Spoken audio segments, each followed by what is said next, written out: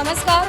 माझा महाराष्ट्र माझं vision 2025 presented bye Rambandhu Masale, SRJ steel, BVG India limited, powered by Merino, MSCIT, society tea, McCoy, cotton king, partnered by brand बनाव.ai, GP Parsik Sahakari bank limited, Lords Mark, Mahaurja, Renukai career centre, digital partner ABP live या कार्यक्रमाच्या पुढच्या सत्रात मी आपल्या सगळ्यांचं स्वागत करते. गेल्या काही दिवसात महाराष्ट्र काँग्रेसमध्ये सगळ्यात जास्त चर्चा जर कोणत्या पदाची झाली असेल तर ते म्हणजे प्रदेशाध्यक्षपद. नाना पटोले प्रदेशाध्यक्ष असताना त्यांच्या विरोधात पक्षांतर्गत नाराजी होती, त्याची चर्चा आपण सगळ्यांनी ऐकली. ते प्रदेशाध्यक्ष असतानाच विधानसभा निवडणूक झाली आणि मुख्यमंत्री पदावर दावा करणाऱ्या काँग्रेसची राज्यामध्ये खूप मोठी पिछेहाटही झाली. आणि अशात राज्य काँग्रेसमध्ये काही नेते प्रदेशाध्यक्ष पदासाठी इच्छुक असताना कोणाच्याही ध्यानीमनी नसताना नाव जाहीर झालं ते हर्षवर्धन सपकाळ यांचं. राज्यात काँग्रेसच्या नेत्यांची मोट बांधणं हा खरंच एक खूप मोठा टास्क हर्षवर्धन सपकाळ यांच्यासमोर आहे. सध्या पक्षाला केवळ नवसंजीवनी देण्याची नाही तर पक्षाला पुनरुज्जीवित करून नवी ऊर्जा देण्याची मोठी जबाबदारी त्यांच्यावर आहे. गेल्या काही दिवसात त्यांनी घेतलेली आक्रमक भूमिकाही बरीच चर्चेत आहे. अशा परिस्थितीत हर्षवर्धन सपकाळ महाराष्ट्र काँग्रेसला कसं पुढे नेणार, सत्ताधाऱ्यांविरोधात कसा शड्डू ठोकणार यासह इतरही मुद्द्यांवर आपण त्यांच्याशी चर्चा करूया. पण त्याआधी एक केवी पाहूया. हर्षवर्धन सपकाळ महाराष्ट्र काँग्रेसचे नवनिर्वाचित प्रदेशाध्यक्ष. विधानसभा निवडणुकीतील अपयश आणि एकंदर पक्षाची होत असलेली पिछेहाट अशा परिस्थितीत हर्षवर्धन सपकाळांनी प्रदेशाध्यक्षपदाची धुरा हाती घेतली. विरोधकांची विभागलेली ताकद आणि महायुतीचं तगडं आव्हान अशा परिस्थितीत काँग्रेसच्या प्रदेशाध्यक्षपदी विराजमान होण्याचं आव्हान त्यांनी स्वीकारलंय. या आव्हानाला ते कसं सामोरं जाणार, सत्ताधाऱ्यांच्या शक्तीला कसं उत्तर देणार, महाराष्ट्रात क्षीण झालेल्या काँग्रेसला पुन्हा नवसंजीवनी कशी देणार आणि शरद पवार, उद्धव ठाकरे या दिग्गज नेत्यांबरोबर पटोलेंच्या काळात काहीसे ताणलेले संबंध कसे पूर्ववत करणार, या आणि अशा अनेक प्रश्नांची उत्तरं देण्यासाठी आपल्या सोबत आहेत काँग्रेसचे प्रदेशाध्यक्ष हर्षवर्धन सपकाळ. मी हर्षवर्धन सपकाळ यांना विनंती करते की त्यांनी व्यासपीठावर यावं आणि त्यांच्याशी संवाद साधणारे इनपुट एडिटर भारती सहस्रबुद्धे.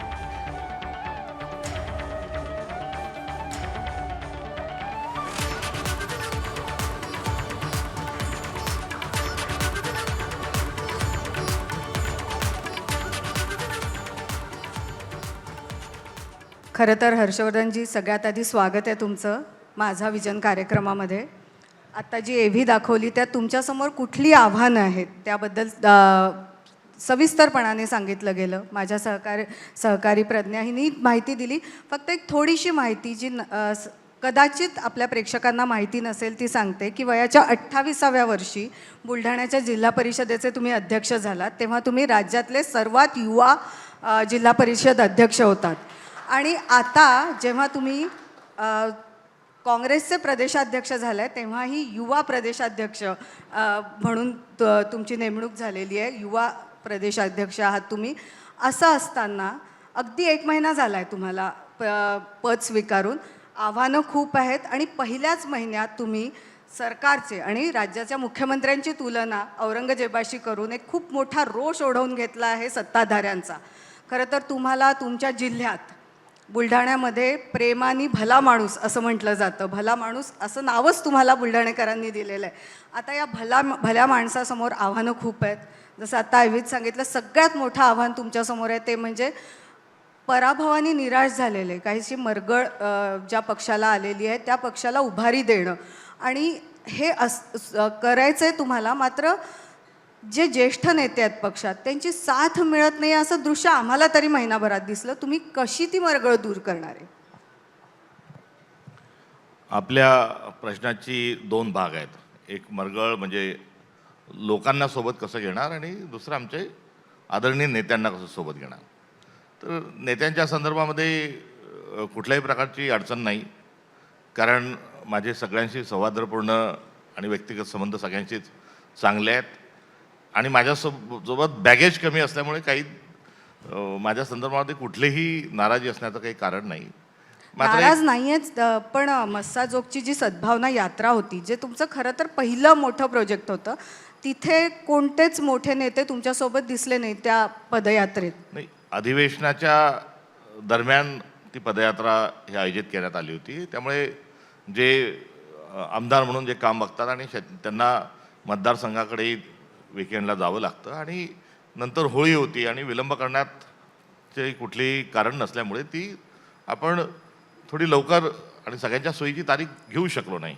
मात्र बाळासाहेब थोरात साहेब त्या ठिकाणी आले. त्यानंतर नांदेडचे खासदार, लातूरचे खासदार, जालन्याचे खासदार हे दोन्ही पण दिवस देशमुख त्या ठिकाणी कुटुंब आले. दिसलं नाही त्या. हा, काही त्यांच्या विवाहाला काही कुटुंबात विवाह असल्यामुळे त्यांना तिथे येणं जमलं नाही. मात्र सगळ्यांच्या शुभेच्छाही होत्या, सदिच्छाही होत्या आणि या उपक्रम काही सद्भावना यात्रा मस्साजोग ते बीड झाली आणि आता तो विषय संपला असं नाही. तर सद्भावना हा विषय घेऊन महाराष्ट्रात पुढे घेऊन जाण्याची आवश्यकता आहे. आज महाराष्ट्रातली सगळ्यात मोठी जर समस्या कोणची असेल तर माणसात, मनामनात, जाती जाती, धर्मात जो एक मोठा अंतर आणि भेद जो निर्माण होत चालला आहे, ही सगळ्यात मोठी समस्या आहे. त्यामुळे सद्भावना लयास जात आहे का किंवा तळाशी आहे का, या विषयावर दुर्दैवाने आज किती खाली गेलेली ही आपण चर्चा करू शकतो. तर दुसरीकडे माणसं जी किराणा दुकानात गेले, कापडाच्या दुकानात गेले किंवा कोणत्याही दुकानात जात असताना आपल्या जातीच्याच दुकानदाराकडून सामान घेतलं पाहिजे अशा प्रकारची एक टूम ही दुर्दैवाने निघाली. काही कार्यक्रमांनाही बोलत असताना प्रमुख पाहुणा किंवा प्रवचनच्या संदर्भात कोणी असेल तो आपल्याच जातीचा आला पाहिजे. तात्पर्य आपला सोशल फॅब्रिक जो म्हणतो आपण, शाहू फुले आंबेडकरांचा, वारकरी संप्रदायाचा वारसा, गाडगे महाराज, तुकडोजी महाराजांचा, तर जी समाजाची जी व्यवस्था आणि जो महाराष्ट्र धर्म आपण म्हणतो तो पूर्ण त्याची घडी विस्कळीत झालेली आहे. आणि घडी पुन्हा ठिकाणावर कशी बसू शकते, कोणत्या मुद्द्याने बसू शकते, तर ते एकमेव सर्वांनी मिळून आज सद्भावनेवर काम केलं पाहिजे. आणि वेगवेगळे जे विधानं होत आहेत तोही सद्भावनेवर थेट घाला आहे. त्यामुळे या सद्भावना ही फक्त केवळ बीडसाठी नव्हती. आता येणाऱ्या काळात ही सद्भावनाच्याच अनुषंगानं काम करणं ही माझी पक्षीय आणि एक नागरिक भारताच्या नात्यानं आमची भूमिका आहे. आणि यासाठी हे सर्व जे नेते आहेत हे पुढच्या सगळ्या कार्यक्रमांमध्ये आमच्या सोबत आपल्याला आलेले नाही, दिसतील. हर्षवर्धनजी, तुम्ही सद्भावनेचा मुद्दा काढला आणि वक्तव्यांचा. खरं तर गेल्या काही कालावधीत म्हणजे नागपूरची घटना घडण्याच्या आधी जे 3 लोक होते त्यांची वक्तव्य खूप चर्चिली गेली, वादग्रस्त ठरली. त्यात तुमचं वक्तव्य होतं, जे औरंगजेबाशी तुलना करणारं वक्तव्य होतं. मग तुम्ही त्याच्यावर सांगितलं की मी मुख्यमंत्र्यांची तुलना केली नाही तर मी कारभाराची तुलना केली. मात्र त्याचे खूप रिपरकेशन्स आले. म्हणजे सरळ सांगायचं तर एकनाथ शिंदेनी तर तेच एक कारण होतं नागपूरच्या याचं. अशा पद्धतीने तुम्हाला माफी मागावी असं म्हटलं गेलं, विचारणा केली गेली. पण वादग्रस्त वक्तव्य तुम्ही गेल्या महिनाभरात बरीच केली आहेत. नाही, वादग्रस्त वक्तव्य मी कोणत्याही शेलक्या भाषेत काही बोललो नाही. कोणता दूरपर्यंत शिवीगाळ्याच्या अनुषंगाने कुठलाही संदर्भ नव्हता. एकेरी भाषा नव्हती, उद्धटपणाची भाषा नव्हती. आणि मी माझं जे मूळ वक्तव्य आहे, जे आपण व्हायरल आहेत, मीडियामध्ये आहे, कुठेही आहे, माझं वक्तव्य हे कारभाराच्या अनुषंगाने होतं, गव्हर्नन्सच्या अनुषंगाने होतं. आणि ज्या घटना घडतात आहेत त्या घटना या अत्यंत संतापजनक आहेत आणि फार क्रूर पद्धतीने घटना एकामागे एक घडतात आहे. मग त्यात बलात्काराची जी स्वारगेटची घटना आहे पुण्याची ती आहे. आणि त्या घटनेच्या पार्श्वभूमीवर मंत्री महोदय त्या ठिकाणी गेले आणि किंचाळ्या आल्या नाही, ओरडले नाही, अशा प्रकारचं वक्तव्य हे खूप संतापजनक पण आहे. 100 दिवसाचा कारभार तुम्हाला औरंगजेबाच्या कारभाराशी तुलना करण्यासारखा हो, वाटतो? मी आपला जो क्रम जो आहे, ज्या फ्रेममध्ये किंवा ज्या प्रयोगमध्ये मी या सगळ्या गोष्टींना बघतोय, संतोष देशमुख यांच्या घरी मी जाऊन आलो. तिथे सद्भावना पदयात्रा काढली आणि संतोष देशमुखच्या हत्येचं एकंदरीत जे वर्णन आहे हे तर आपण त्याचं वर्णन तर समाजात कुठे करूही शकत नाही. ती घटना असेल, तिथे तर पोलीसच नाही आहे, म्हणजे पोलिसिंग संपलेलं आहे. तिथे पोलीस नावाचा कोणताही नाही. हमकरेसू कायदा काही निवडक लोकांच्या हातात, टोळ्यांमध्ये तिथला राज्यकारभार सोपवलेला आहे, अशी परिस्थिती तिथली आहे. पुण्याच्या बलात्काराची घटना असेल, तिकडे खानदेशात एक खासदार ज्या केंद्रीय राज्यमंत्री आहेत त्यांना पोलीस स्टेशनमध्ये धरणे देऊन आरोपीला पकडून आणा ते सांगावं लागतंय. पुन्हा कैलास नागरे नावाचा एक तरुण आहे ज्याच्या शेतीचे प्रयोग तो तुमच्या आणि जिल्ह्यातलाच आहे. हो माझ्या जिल्ह्यातला जो आहे त्याच्या शेतीचे प्रयोग या अनुषंगाने त्यांना राज्यपाल महोदयांनी पुरस्कार दिला. इतकं त्यांचं कर्तृत्व आहे. आणि त्यांच्या अंत्यविधीला मी ज्यावेळेस होतो त्या अंत्यविधीला असताना ती जळत असणारी जी चिता आहे ती त्या संतोष देशमुखांचा काय दोष आहे आणि शेतकऱ्यांची व्यथा जी आहे ती सांगितल्या जात होती. मला याच्यासोबत अजून एक मुद्दा जोडायचा आहे की मी त्या परिसरात वर्षभरापूर्वी जेव्हा गेलो तेव्हा कैलास मला खूप आग्रह करून घरी जेवायला चला हे निमंत्रण देत होता. मी त्याला सांगितलं यार मी नाही येत, पण माझा मुलगा जो आहे तो आता शिकून आला आहे आणि कृषीविषयक तो पदवी घेऊन विदेशातून आला आहे. त्यानं आता शेती करायची आहे, तर तुझ्यासारख्या माणसाकडे त्याला 2 दिवस राहू दे आणि तुझ्या शेतीचा प्रयोग काय शिकव, करतो ते त्याला सांग, त्याला शिकव आणि तुझं त्याला मार्गदर्शनाची आवश्यकता आहे. असं आपण ज्याला वर्षभरापूर्वी सांगतो आणि आपल्या मुलाला आदर्श म्हणून ज्याच्याकडे पाठवण्याचा आपण संकल्प करतो तोच हा 8 पाणीपत्र लिहून तो आत्महत्या करतोय. हा सरळ सरळ जो आहे हे शासनाचं हे फेल्युअर आहे. आणि त्यामुळे एक बाप या नात्यानं त्या घटनेकडे बघत असताना आणि शेतकऱ्याचा मुलगा या नात्यानं बघत असताना आज शेतमालाला भाव नसणं आणि ज्या कर्जाच्या संदर्भात कर्जमाफीच्या संदर्भात असणारी अपेक्षा या सर्व गोष्टींची जेव्हा गोळाबेरीज केल्या जाते तेव्हा आज गव्हर्नन्स जे आहे कारभार जो आहे हा कारभार हा अत्यंत चुकीच्या दिशेने आणि क्रूर पद्धतीने सरकार काम करत आहे असं माझं हे निरीक्षण आहे.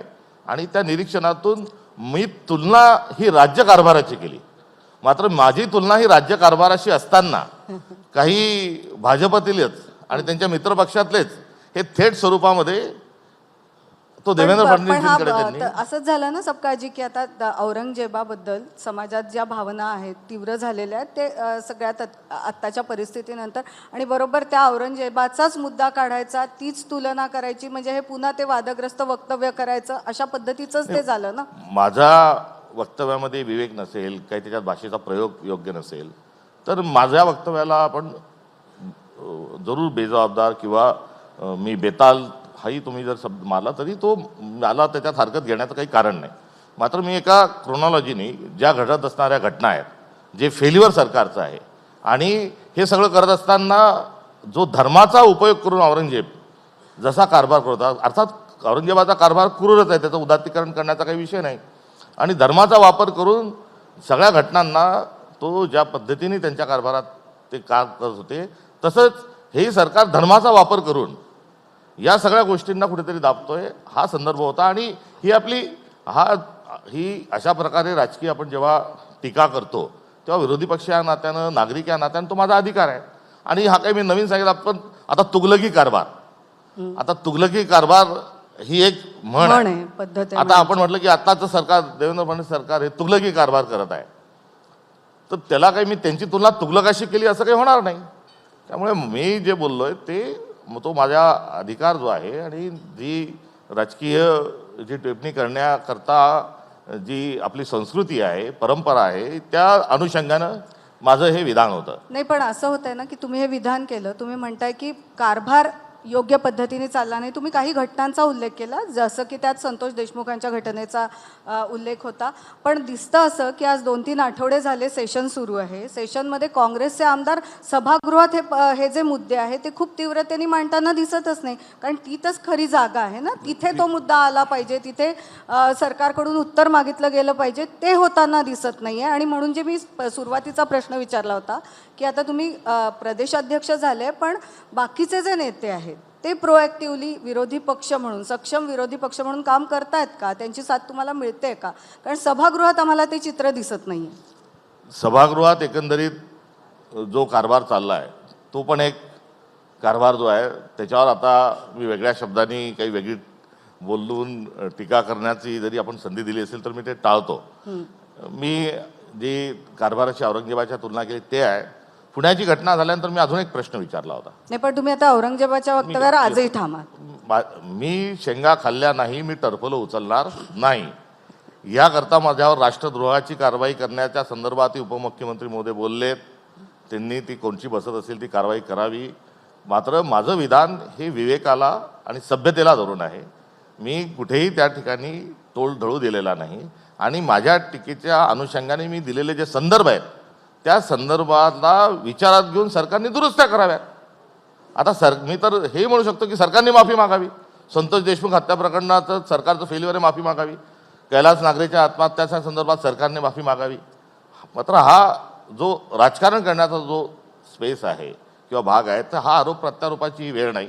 एक मोठं मॅन्डेट हे सरकारला मिळालेलं आहे आणि त्या मॅन्डेटच्या अनुषंगाने त्यांनी येणाऱ्या कार्यकाळामध्ये त्यांनी दिलेले जे आश्वासनं आहेत त्या आश्वासनाच्या अनुषंगाने काम करावं. ट्रिपल इंजिन सरकार आहे असं ऐकलं आहे की मोदी साहेबांजवळ त्यांचं खूप चलती आहे. महसुली जी काही तूट आहे ती तूट भरून काढण्याकरता त्यांनी विशेष पॅकेज घेऊन यावं. लाडक्या बहिणीचे 2100 रुपये करावे, कर्जमाफीची घोषणा केली ती करावी. मात्र हे सगळं करायचं सोडून ते ज्या गोष्टी करतात आहेत त्या सगळ्या गोष्टी ह्या कशासाठी करतात हा एक प्रश्न या निमित्ताने निर्माण होतो. मी गृह विभागाचा आणि पुण्यात झालेल्या बलात्काराच्या घटनेवर मी असंही एक विधान केलं होतं की हा प्रश्न विचारला होता की महाराष्ट्राचा जो एकंदरीत गृह खाते आहे हे घाशीराम कोतवाल चालवत आहे का.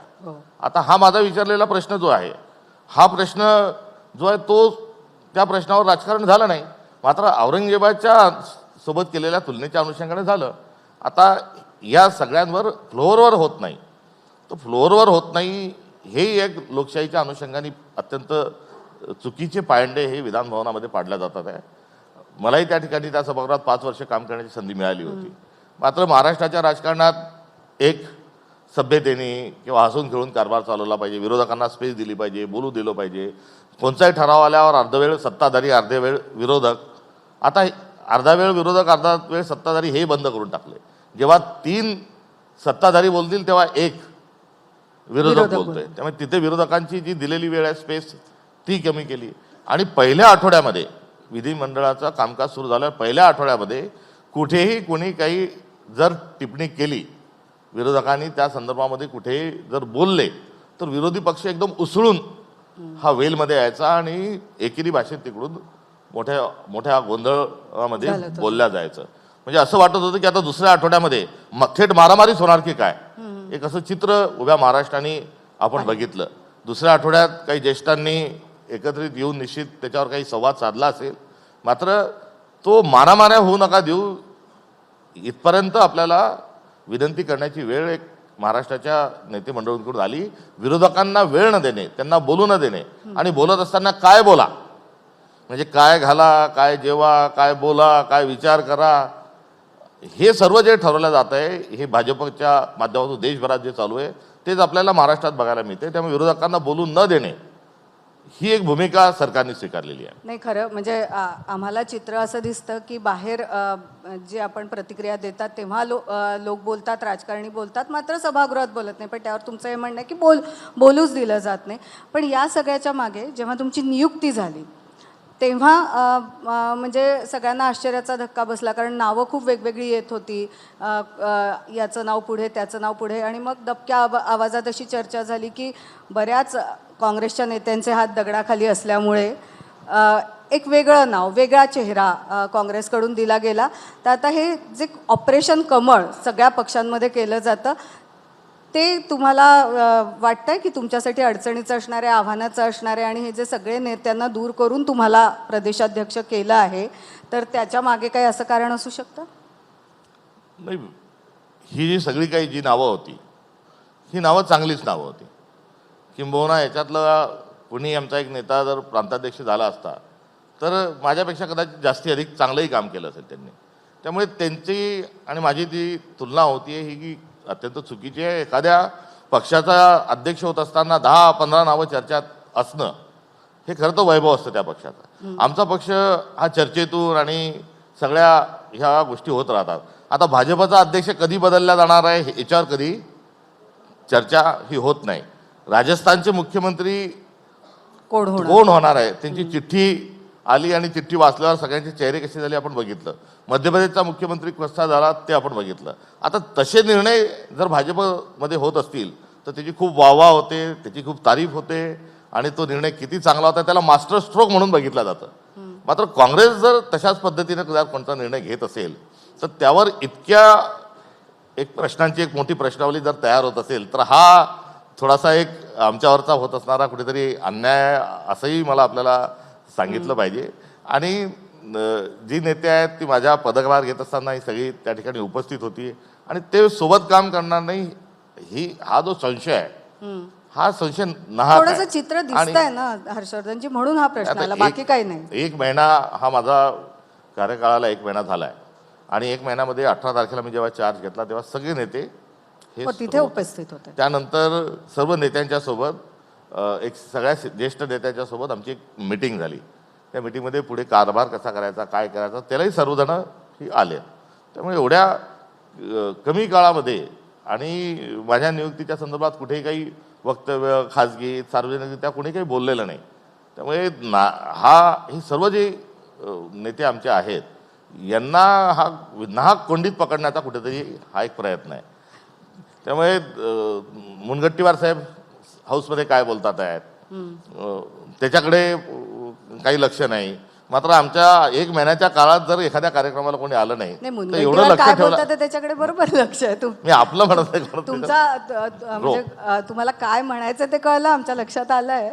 पण असं किंवा मी माझ्या केलेल्या विधानाचा म्हणजे मी बोललो ते आणि जे मी बोललो नाही ते दोन्हीची सरमिसळ करून एकनाथ शिंदे साहेबांचं माझ्या त्या वक्तव्यामुळे त्यांचं कुठेतरी देवेंद्र फडणवीस साहेबांशी कॉम्प्रोमाइज झालेलं दिसलं की त्या निमित्ताने त्यांना एकदम प्रेम जे आहे फडणवीस साहेबांकडे आलं आणि माझ्या विधानाचा धचा मा करून ते त्याकडे हात दाखवून म्हणत होते की यांना औरंगजेब म्हणतात, यांना औरंगजेब म्हणतात, यांनी काय जीभ छाटली का, यांनी काय डोळे केले का, यांनी काय चामडी सोलली का, नखं काढले का.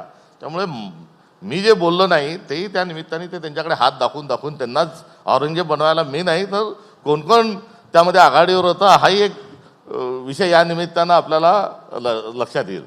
नाही, आता पुन्हा म्हणजे खरं तर ऑपरेशन कमळवाला जो मी प्रश्न विचारला तो राहिला, त्याचं तुम्ही उत्तर दिलं नाही. कारण सध्या महाविकास आघाडीत असलेले जे 3ही प्रमुख पक्ष आहे त्यांना ही टांगती तलवार सततच आहे ऑपरेशन कमळची. ऑपरेशन कमळचे 2 भाग आहे.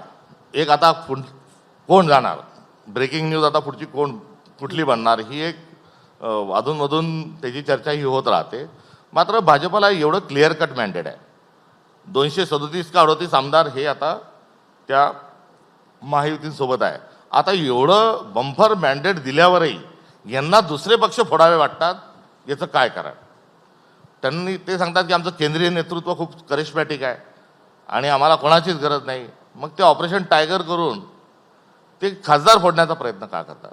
त्यामुळे सगळं त्यांच्या पक्षातली ही वाटत असणारी जी भीती आहे की सतत आपल्या पक्षात नेते घेत राहणं, ही भीती का आहे तर त्याचा स्पष्ट आहे की त्यांना कुठेतरी सतत ते भयात राहतात आणि एक दिवस आपल्याला लोक सत्तेवरून काढून टाकतील ही भीती आहे. दुसरा, निवडणूक झाल्या भाजपा कामाला लागली आणि त्यांची मिटिंग झाली आणि त्यांचं मेंबरशिप जी आहे ती 1 कोटी झाली. आता तुमचे 1 कोटी मेंबर झाले, तुमच्याजवळ एवढं करिश्मॅटिक सगळे नेतृत्व तुमच्याजवळ आहे, मग दुसऱ्यांचे पक्ष का फोडता. याचा अर्थ आहे की त्यांचा आत्मविश्वास नाही, त्यांचा कॉन्फिडन्स नाही. आता हा झाला त्यांचा भाग. म्हणून त्यांना रेडीमेड नेते त्यांच्या ते कार्यकर्ते त्यांच्याजवळ नाही आणि नेते तयार करणारी फॅक्टरी पण BJP नाही त्यामुळे त्यांना आउटसोर्सिंग नेते घ्यावे लागतात. हेही या सगळ्या घटनांच्या क्रमामध्ये स्पष्ट स्वरूपात त्याचा निष्कर्ष निघतो. आता इतक्या संख्येने गेलेले आहेत, आता कोण जायचे राहिले याच्यावरच आपण बोलू शकतो.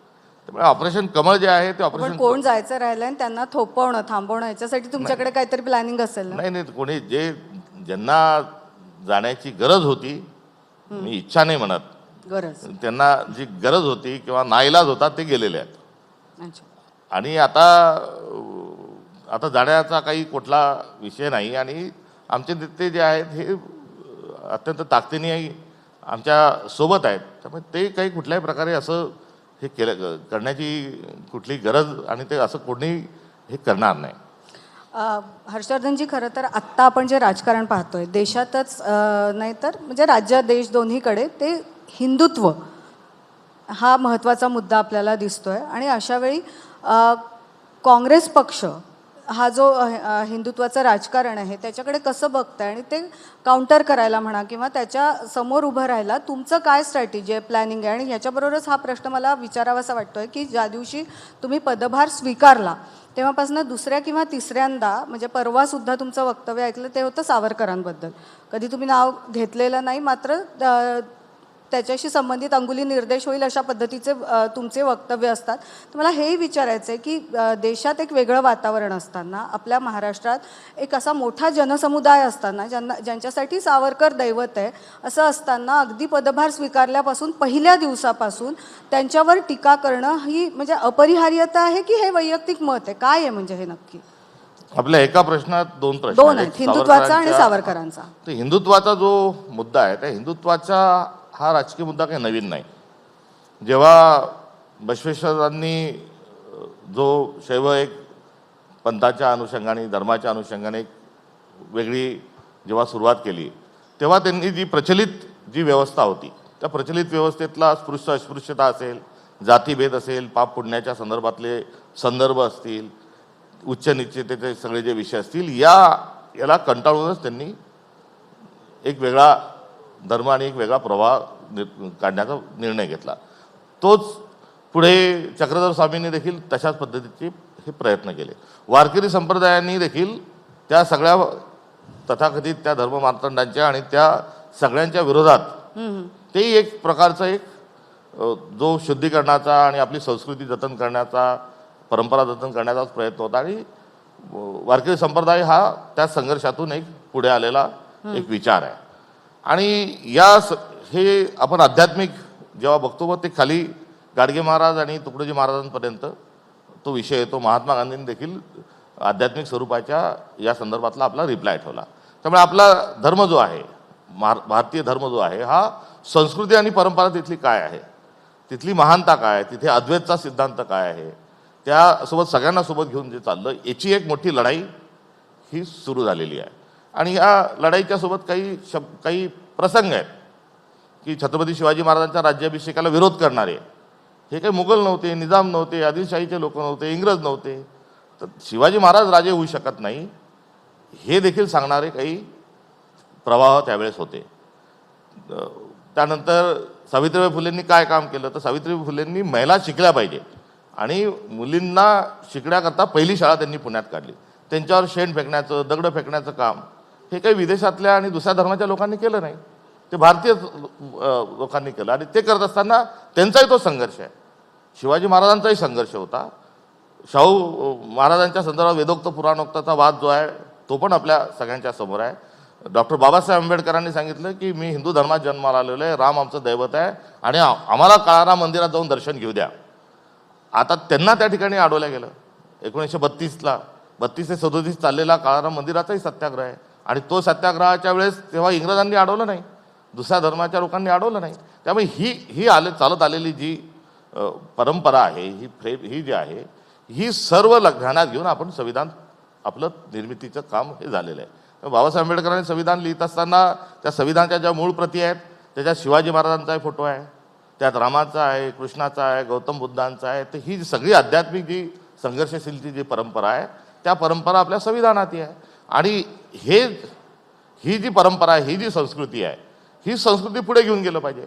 आता जर कोणी सरकारमधले किंवा काही संघटना, काही संस्था जर आता शिवाजी महाराजांच्या राज्याभिषेकाला विरोध करणारा जर संदर्भ घेऊन किंवा सावित्रीबाई फुलेंना छळणारा संदर्भ घेऊन किंवा त्या विचाराच्या अनुषंगाने जर उदात्तीकरण होत असेल तर त्या ठिकाणी आपण शाळेमध्ये भारत माझा देश आहे ही प्रार्थना म्हटलेली आहे आणि त्याच्या सांस्कृतिक परंपरेचा मला अभिमान आहे हे आपण शाळेत असताना म्हटलं. आता त्या अभिमानाच्या अनुषंगानं बोलणं, प्रोटेस्ट करणं आणि ही सगळ्या परंपरेचा पाईक होणं हे कर्तव्य आहे. त्यामुळे तो हिंदू म्हणजे हा काही मुठभर लोकांची मालकीचा हा काही विषय नाही. हिंदुत्व नाही, पण त्याच्यात म्हणजे जी वक्तव्य केली जातात याच्या नावावर ती शेवटी सद्भावना हा शब्द तुम्ही वारंवार वापरताय. तर तो म्हणजे कुठली तरी एक बाजू घेणं हे कितपत योग्य आहे अशा वेळी? नाही, एक बाजू घेण्याचा विषयच नाही. जी बाजू चालत आलेली आहे तीच बाजू पुढे घेऊन जायची आहे. आणि दुसरी जी एक चुकीची बाजू जी रेटण्याचा प्रयत्न होतोय ती ही बाजू चुकीची आहे आणि त्याचा जो आध्यात्मिक, तात्विक, संवैधानिक आणि एकंदरीत तो राजकीय जो आमचा स्टँड, राजकीय जी बाजू आहे तिचा विरोध करणं हे आमचं काम आहे. आणि स्वातंत्र्याच्या आंदोलनापासून काँग्रेस पक्ष हा करत आला आहे. त्यामुळे ही रेष ओढण्याच्या अनुषंगानं दुसरं काही त्याच्यामध्ये गैर असण्याचं कारण नाही. त्यासोबत आता जेव्हा औरंगजेबांची कबरीच्या अनुषंगाने जेव्हा विषय निघाला, आता ते 300 वर्ष जुने आहेत, त्याच्यात आता हाडं राहिले नाही राहिले, मांस राहिलं, तो विषय आपल्या ठिकाणी. मात्र कबरीच्या ते काही काँग्रेसने कबर बांधलेली नाही. म्हणजे असा संदर्भ येतो की हे याला विरोध करतात, ते करतात. औरंगजेब क्रूर होता हे मी वारंवार सांगतो. इतिहास त्याला साक्षी आहे. कोणी सांगण्याची काही विषय नाही. त्यांच्या विचाराला काही मांडणारे लोक असतील, त्यांनी त्यांच्या भावना सांभाळण्याकरता बोलू नका असंही आम्ही काही विरोधकांना किंवा आमची ती भूमिका नाही. आता हे करत असताना माझा त्या संघटनांना प्रश्न होता की असे अनेक लोक आहेत की ज्यांनी भारताच्या स्वातंत्र्याच्या चळवळीला विरोध केला, जे इंग्रजांचे हस्तक राहिले, दुसऱ्या महायुद्धामध्ये सैनिक भरती करणारे एजंट म्हणून राहिले, त्यांनी इंग्रज सरकारकडून पेन्शन घेतली. अशा पण लोक ही होऊन गेलेत. त्यांच्या कबरी, समाध्या, पुतळ्या आपण उघडून टाकणार का? हा माझा हा काही भडकाऊ आणि नाही, हा पण काही आता म्हणजे ती तुलना किती वेगळी होती. आता तुम्हीच जी सांगताय की औरंगजेब क्रूर होता हे सगळं मान्य असताना तुम्ही जी नाव न घेता तुलना केली आहे ती खरंच पटण्यासारखी होती का, बरोबर होती का, हाही एक मुद्दा आहे ना. माझा मुद्दा हा आहे की थेट स्वरूपामध्ये मी इथे पण काही हे सगळे औरंगजेबाच्याच वेशभूषेत आणि तसाच टोप घालून, तसेच कपडे घालून, दाढी लावून हे असे होते, ते त्याच धर्माचे होते वगैरे असं काही ही तुलना नाहीच आहे. विषय हा आहे की औरंगजेबांनी छत्रपती शिवाजी महाराजांना त्यांचा जो संघर्ष होता त्या दृष्टिकोनातून महाराष्ट्रात आपण सर्वजण शिवभक्त असल्यामुळे आणि हा महाराष्ट्र छत्रपती शिवाजी महाराज आपलं आन बान शान असल्यामुळे आपण त्या अनुषंगानं औरंगजेबाकडे बघतो आणि बघितलंच पाहिजे. संभाजी महाराजांच्या हत्येच्या अनुषंगानं क्रूरता त्याची जी आहे ती समोर आलेली आहे. आणि संभाजी महाराजांच्या हत्येच्या अनुषंगानं जी फितुरी आहे ती पण त्यातलाच एक भाग आहे. आणि या सगळ्यांमध्ये जो द्रोह आहे तो त्यावेळेसचा असणारा जो द्रोह आहे, जो त्या राष्ट्रद्रोह, आजच्या भाषेमध्ये आपण त्याला राष्ट्रद्रोह म्हणू, तो त्या ठिकाणी होता. आता स्वातंत्र्याची चळवळ चालली आहे आणि त्या चळवळीच्या विरोधात द्रोह करणारी मंडळी पण आहेत. आता त्या द्रोह करणाऱ्या मंडळींचं काय करणार हा माझा त्यांना प्रश्न आहे. पण द्रोह करणारी मंडळी आणि द्रोह केला गेला हे पण एक समज म्हणा, समजूतच आहे ना की नाही, ते त्या पद्धतीने द्रोहच झाला होता आणि म्हणून त्यांचा विरोधच झाला पाहिजे असं म्हणणं हे सुद्धा जेव्हा आपण सद्भावनेबद्दल बोलतोय हर्षवर्धनजी, तेव्हा द्रोह करणारे लोक होते, त्यांनी सगळं काही चुकीचं केलं असं म्हणणं आणि वारंवार तो विषय काढणं. आणि आपल्याला जेव्हा माहिती आहे, आता तुम्ही महाराष्ट्रात राजकारण, आपण औरंगजेबाच्या बद्दल म्हणताय का? नाही, तुम्ही जे वक्तव्य केलं त्याबद्दल बोलते मी, त्याच्या अनुषंगाने केलेल्या वक्तव्याबद्दल बोलते. आणि माझा फक्त एवढाच प्रश्न आहे की तुम्ही महाराष्ट्रात आहात, आज एका महत्त्वाच्या पक्षाचे प्रदेशाध्यक्ष असताना हा प्रश्न वारंवार जेव्हा कुणाचीही तुलना करताना, म्हणजे मी हे 2-3दा तुमच्या म्हणजे गेल्या महिन्याभरात वक्तव्य आल्यामुळे हा प्रश्न विचारला की अशा पद्धतीने वक्तव्य करणं ज्याचा खरं तर काही संबंध नव्हता, हे सुद्धा लोकभावना दुखावणारं आहे असं तुम्हाला वाटत नाही का? लोकभावना जी आहे ती विवेकावर आधारित असली पाहिजे.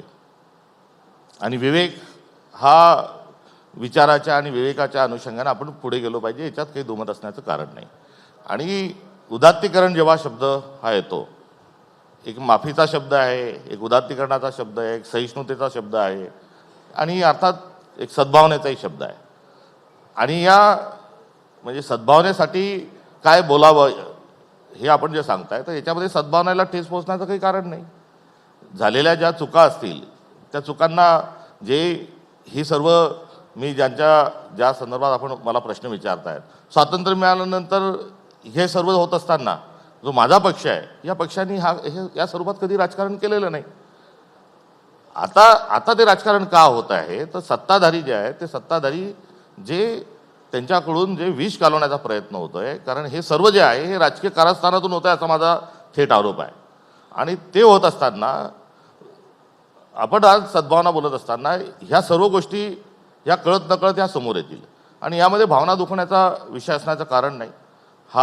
मी आपल्याला आधीच सांगितलं की मी अद्वैत सिद्धांतावर एक काम करणारा कार्यकर्ता आहे असं माझं मत आहे आणि मी ती प्रॅक्टिस त्याची हे तुम्ही करतोय. आपण लोकभावनेबद्दल बोललो. खरं तर आता इथे रोहित पवार जी आहे, तुम्ही महाविकास आघाडीमध्ये आहात.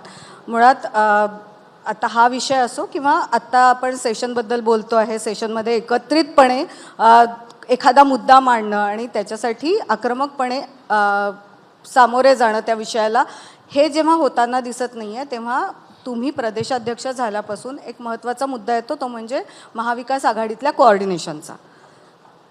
आता हा जो जसा मुद्दा आहे की काही लोकभावनेचा विषय नाही आहे असं तुम्ही म्हणणं, मात्र तुमच्याबरोबर महाविकास आघाडीत असलेल्या लोकांसाठी तो महत्त्वाचा मुद्दा आहे.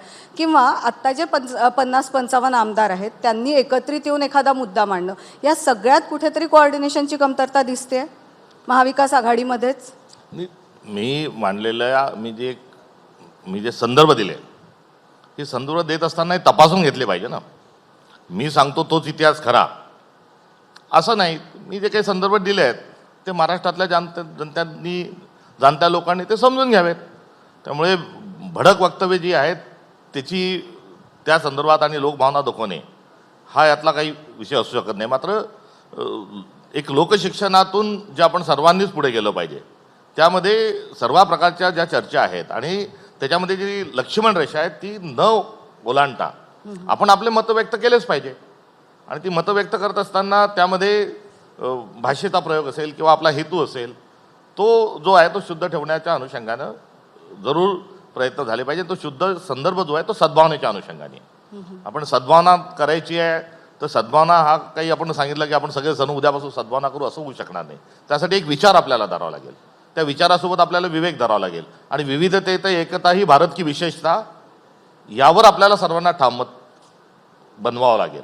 आता हेच जेवायचं, हेच कपडे घालायचे, हीच भाषा चांगली, दुसरं काही करायचं नाही, ही पण एक अरोगन्स जो आहे किंवा एक आग्रह जो आहे हा होतोय.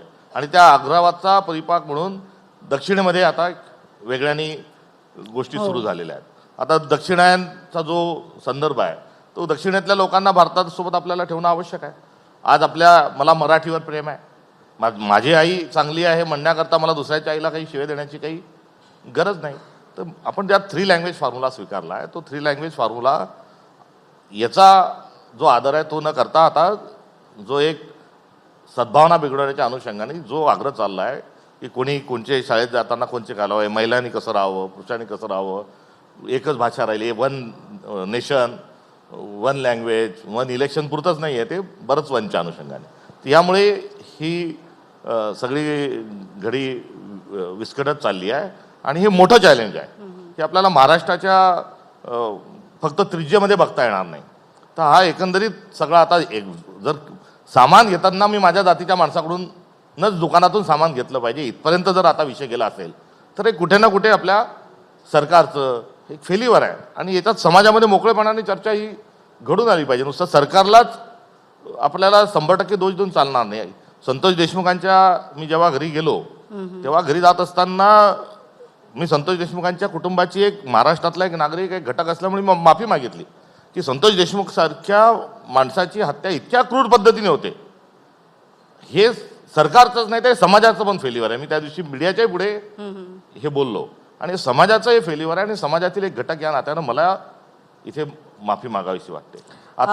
आता या अनुषंगाने जे विधानसभेमध्ये जे सगळं सुरू आहे, इथे रोहित दादाही आहेत, ते सकाळीच जाऊन सभागृहात त्यांना बोलायला किती मिळतंय मला माहीत नाही, मात्र बाहेर जे आहेत ते बाहेर लागलेल्या मीडियाशी ते रोज सकाळी ते बोलतात.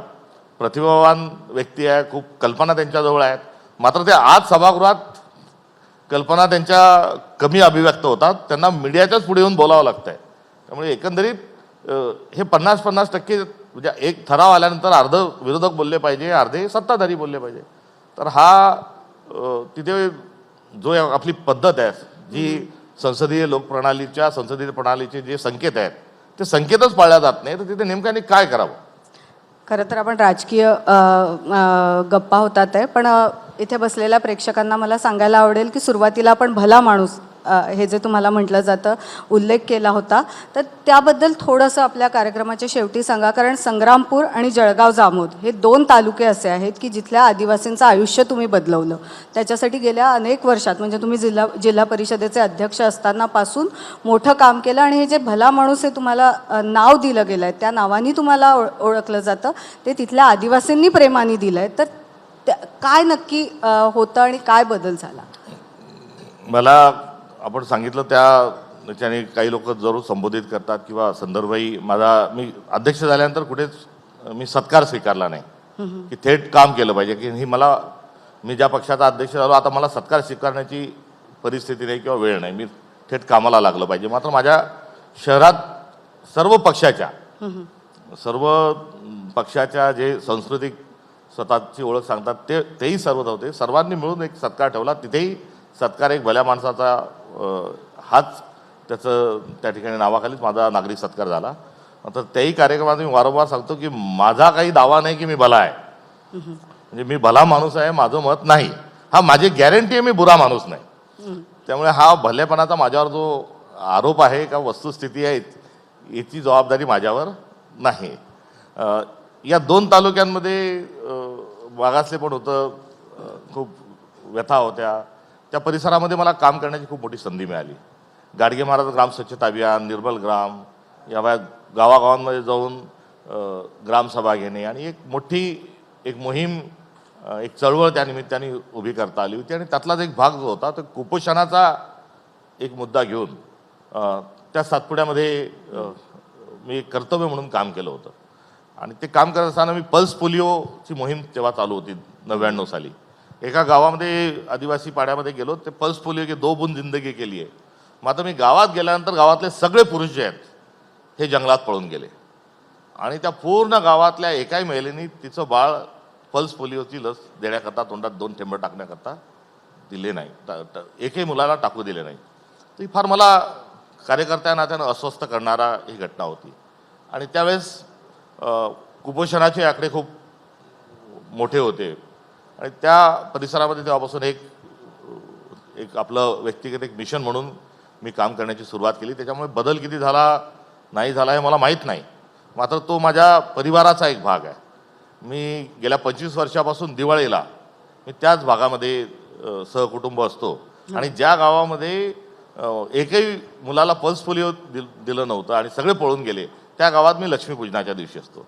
त्यामुळे आपण दिवाळीला सगळे घरी जातो, आपण आपल्या आप्त नातेवाईकांमध्ये जातो. तर त्यासाठी तसे माझे हे सर्व जो सातपुड्यातला आदिवासी जो आहे हा माझ्यासाठी माझा परिवार आहे आणि ते माझे नातेवाईक आहेत, माझे आप्त आहेत. त्यांच्या व्यथा अजूनही खूप मोठ्या आहेत. आपण म्हटलं की त्यांच्या आयुष्यात बदल झाला आहे म्हणत असताना अजून जी कामं राहिलेली आहेत, त्यांची ज्या वाहता जखमा आहेत त्याच्यावर अजूनही कायमस्वरूपी तोडगा निघू शकला नाही. अनेक गावांमध्ये रस्ता नाही, वीज नाही, पाण्याची सोय नाही. दुसरीकडे आरोग्यविषयक अनेक समस्या आहेत.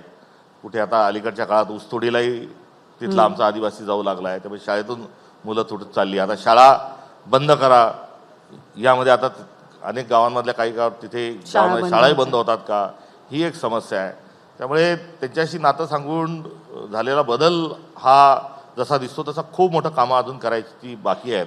आणि आता आपण जे महाराष्ट्रात आणि सरकार ज्या पद्धतीने आणि त्वऱ्यात सत्ताधारी असतील विरोधक असतील आम्ही सर्व जे काम करतोय त्यातून त्या माणसाची दखलच घेतल्या जात नाही, जो शेवटचा माणूस आहे. तर त्या माणसापर्यंत आपण कसं पोहोचू शकतो हा प्रश्न कॉईन करणं किंवा त्याचं लक्ष वेधणं हे खरंच खूप अवघड चाललंय. ही पण एक माझी वेदना या निमित्ताने मला आपल्याला सांगायची. नाही, खरंच धन्यवाद हर्षवर्धनजी. आज तुम्ही तुमची राजकीय मतं, तुम्ही केलेलं काम याबद्दल बोललात. खरं तर तुम्ही पदभार स्वीकारायला इथे आले होते तेव्हा सर्वोदय आश्रमात राहिले होते. सर्वोदय विचारांनी तुम्ही चालतायत. तुम्ही प्रदेशाध्यक्ष असताना राज्यात काही बदल होतील अशा पद्धतीने निर्णय घ्याल यासाठी सदिच्छा आणि शुभेच्छा तुम्हाला. थँक्यू. सपकाळजी ज्यावेळी राज्यामध्ये राष्ट्रवादी आणि शिवसेना हे दोन्ही पक्ष फुटले त्यावेळी काँग्रेस हा एकमेव पक्ष जो एकसंध राहिला. तो पक्ष एकसंध ठेवण्याचं आणि काँग्रेसच्या 10 नेत्यांचं 10 वेगवेगळ्या दिशांना तोंड आहे, त्या सगळ्या नेत्यांची एकत्र मूठ बांधण्याचं एक मोठं आव्हान तुमच्यासमोर आहे. ते तुम्ही पेललंत. तुमच्या कार्यकाळामध्ये महाराष्ट्र काँग्रेसचा चेहरामोहरा बदलेल अशी अपेक्षा व्यक्त करते. आज इथे आलात त्याबद्दल मनापासून आभार. आणि यानंतर मी व्यासपीठावर आमंत्रित करते ABP माझाच्या कार्यकारी संपादक सरिता कौशिक मॅम आणि SRJ स्टीलचे मार्केटिंग मॅनेजर अनिरुद्ध पांडे यांना.